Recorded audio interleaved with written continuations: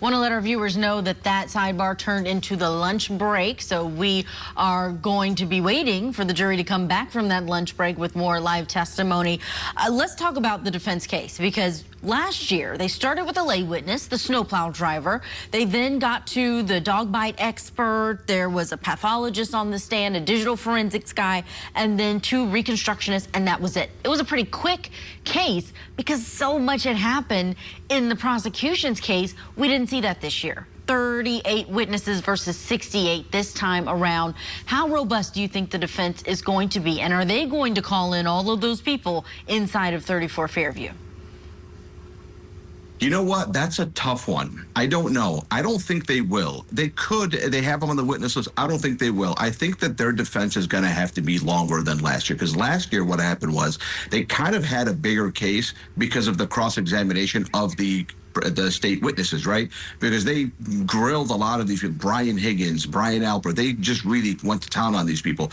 In this case, they didn't have that ability. In this case, they're going to have to go on longer. I think they're going to have to put on no less than 14 witnesses.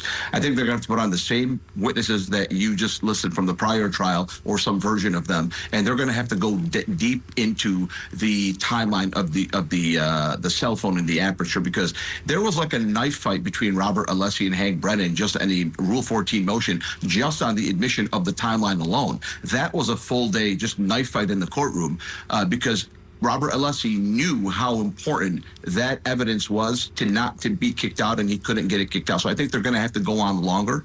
I think they're going to have to bring on at least a couple more experts to break down the accident reconstruction demonstration. They seemed surprised and caught off guard by it, which caught me off guard. So I think that they're going to have at least one expert to break that down. I think they're going to have to bring in, they might bring in the dog bite expert. Will they bring in Brian Higgins, Brian Alpert, to your question?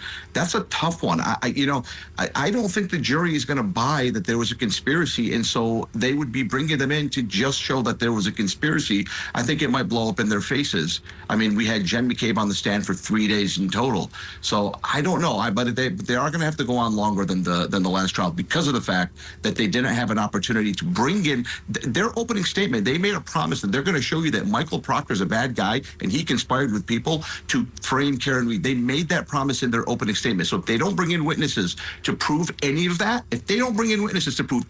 what are they going to say in their closing statement? They will be completely uncredible at that point. We're only on witness number 1, so we have a long way to go in the defense. You're right about the timeline. I mean, it is down to the millisecond almost when it comes to the differences and variances.